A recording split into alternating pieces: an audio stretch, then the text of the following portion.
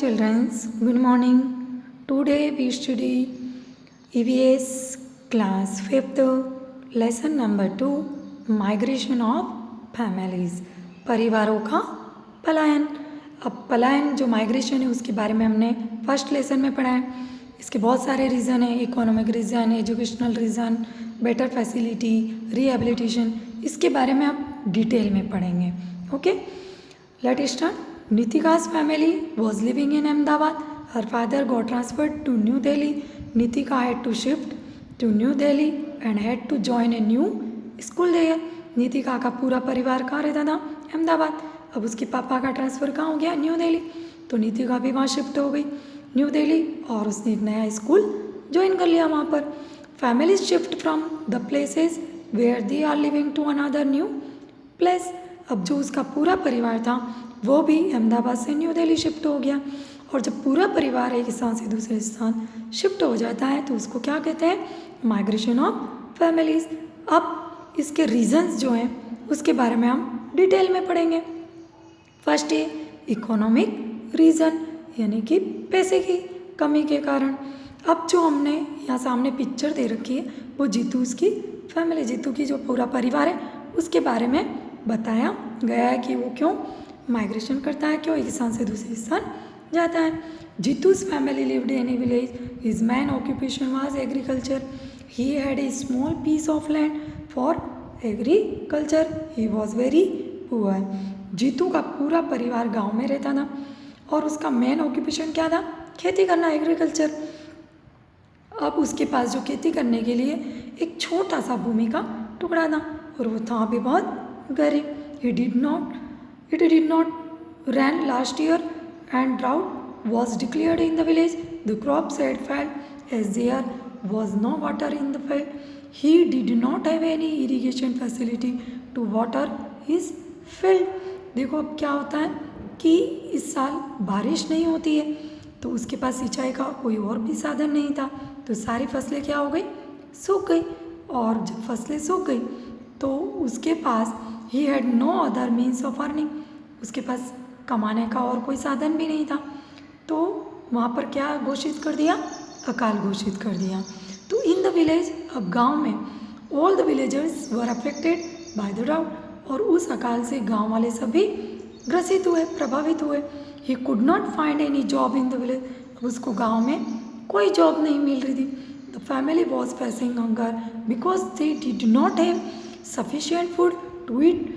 अब देखो उसके पास खाने का कुछ भी नहीं था और भूख से वो फेस हो रहे थे, उसका सामना कर रहे थे। Jeetu had no choice but to shift from his village and migrate to his elder brothers village with his family and cattle.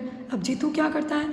अब उसके जो बड़ा भाई जिस गांव में रहता है वहाँ पर वो चला जाता है अपने पूरे परिवार और जानवरों के साथ। There he arranged for a small house on rent and he started searching for a labor job.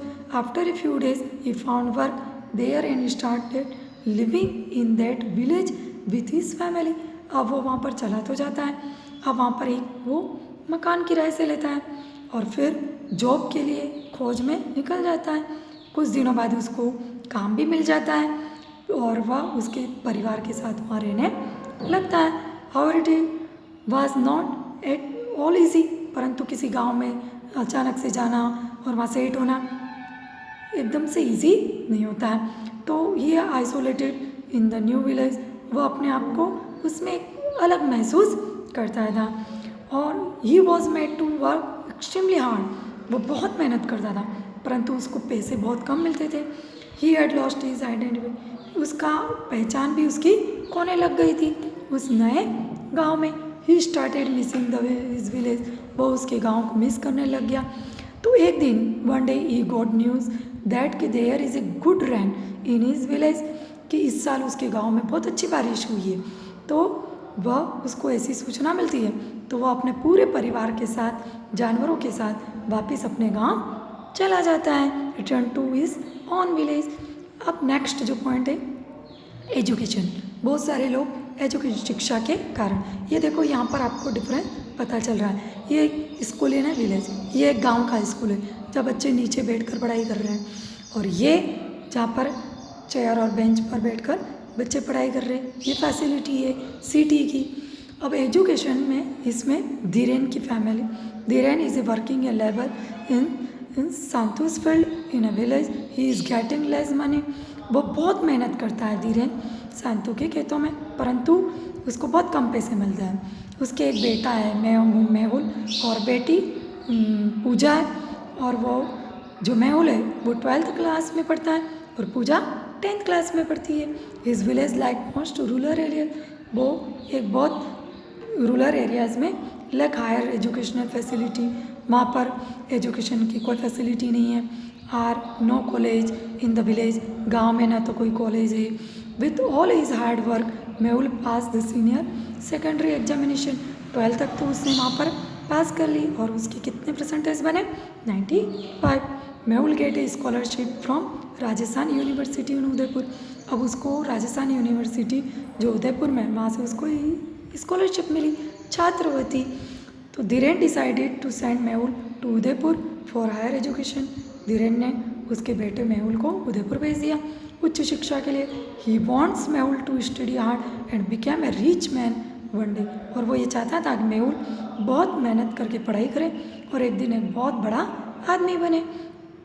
But he thinks that if his son goes to a city away from his family for higher education, then the expenditure for his family would increase।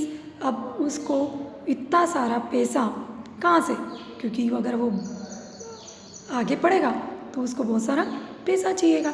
He would not be able to, और वो इसको afford करने में able नहीं था। He decided to migrate to Udaipur, तो वो भी निश्चय करता है उदयपुर जाने का। When he reaches the city he first find small house away from the city, वहाँ पर एक शहर से दूर एक मकान खरीदता है रेंट पर, और जॉब के लिए वह डेली वेजेस पे लग जाता है।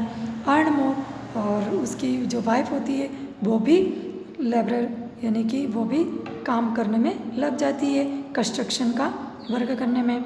Mehul joins the college, Pooja joins near by government school. Pooja सरकारी स्कूल में पढ़ती है, और सरकारी स्कूल में उसको सारी फैसिलिटी मिल जाती, फ्री में बुक्स मिल जाती, फ्री एजुकेशन, यूनिफॉर्म भी फ्री, स्टेशनरी भी free. Pooja is also happy a new school, but Dhiren is missing his village. परंतु धीरेन क्या करता है कि उसके गाँव को बहुत मिस करता है। He decided that once Mehul and Pooja complete their education to Udaipur and his family would go back to their village to spend the rest of their life there, ताकि वो वापस अपने गांव आ सके और वहाँ पर अपना कुछ समय गुजार सके। Thank you. Next tomorrow.